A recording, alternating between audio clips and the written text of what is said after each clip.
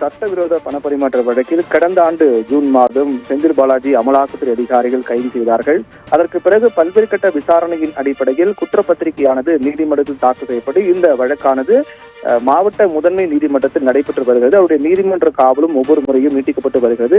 இந்த சூழ்நிலையில் தான் தனக்கு ஜாமீன் வழங்க வேண்டும், செந்தில் பாலாஜி தனக்கு ஜாமீன் வழங்க வேண்டும் என்று உச்சநீதிமன்றத்தில் மேல்முறையீட்டு மனு தாக்கல் செய்திருந்தார். அந்த மேல்முறையீட்டு மனுவானது இன்று உச்சநீதிமன்ற 2 நீதிபதிகள் கொண்ட அமர்வு முன்பாக விசாரணைக்கு வந்தது. அப்போது செந்தில் பாலாஜி தரப்பில் ஆஜரான வழக்கறிஞர் அரிமா சுந்தரம் பல்வேறு வாதங்களை முன்வைத்தார். குறிப்பாக கீழமை நீதிமன்ற விசாரணைக்கு தடை விதிக்க வேண்டும், அதே போன்று இந்த கீழமை நீதிமன்ற விசாரணைக்கு கால அவகாசம் நிர்ணயிக்க முடியாது என்ற காரணத்தால் 3 மாதங்களுக்குள்ளாக விசாரித்து முடிக்க வேண்டும் என்ற உத்தரவுக்கு தடை விதிக்க வேண்டும், அதே போன்று செந்தில் பாலாஜிக்கு ஜாமீன் வழங்க வேண்டும் என்ற வாதங்களால் முன்வைக்கப்பட்டது. குறிப்பாக இந்த வாதத்தினுடைய பின்னணி பொறுத்தவரையில் சென்னை உயர்நீதிமன்றம் செந்தில் பாலாஜியுடைய வழக்கை பொறுத்தவரையில் 3 மாதங்களுக்குள்ளாக விசாரித்து முடிக்க வேண்டும் என்று கீழமை நீதிமன்றத்திற்கு உத்தரவிட்டது.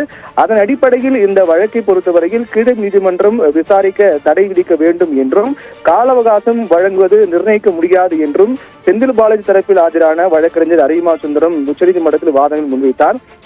இந்த வாதங்களை ஏற்றுக்கொண்ட உச்சநீதிமன்ற 2 நீதிபதிகள் கொண்ட அமர்வு இந்த வழக்கினுடைய அமலாக்கத்துறை செந்தில் பாலாஜி கைது செய்த அமலாக்கத்துறை இந்த விவகாரம் தொடர்பாக பதிலளிக்க வேண்டும் என்றும் அந்த பதில் என்பது ஏப்ரல் 29ஆம் தேதிக்குள்ளாக அமலாக்கத்துறை இந்த விவகாரம் தொடர்பாக பதிலளிக்க வேண்டும் என்று உச்சநீதிமன்ற நீதிபதிகள் உத்தரவிட்டிருக்கிறார்கள். அதே போன்று செந்தில் பாலாஜியுடைய மற்றொரு கோரிக்கையாக இருக்கக்கூடிய கீழமை நீதிமன்ற விசாரிக்க தடை விதிக்க வேண்டும், கால நிர்ணயம் வழங்கப்பட்டு 3 மாதங்களுக்குள் முன்னாக முடிக்க வேண்டும் என்ற கால நிர்ணயம் வழங்கப்பட்டு கீழமை நீதிமன்ற விசாரணைக்கு தடை விதிக்க வேண்டும் என்ற செந்தில் பாலாஜியுடைய தரப்பு கோரிக்கை ஏற்க நீதிபதிகள் மறுப்பு தெரிவித்து விட்டார்கள். இதன் காரணமாக நீதிபதிகள் இதற்கு மறுப்பு தெரிவித்த காரணத்தால் கீழமை நீதிமன்றம் இந்த வழக்கை விசாரிப்பதில் எந்தவித சிக்கலும் இல்லை என்று தெரிய வந்திருக்கிறது.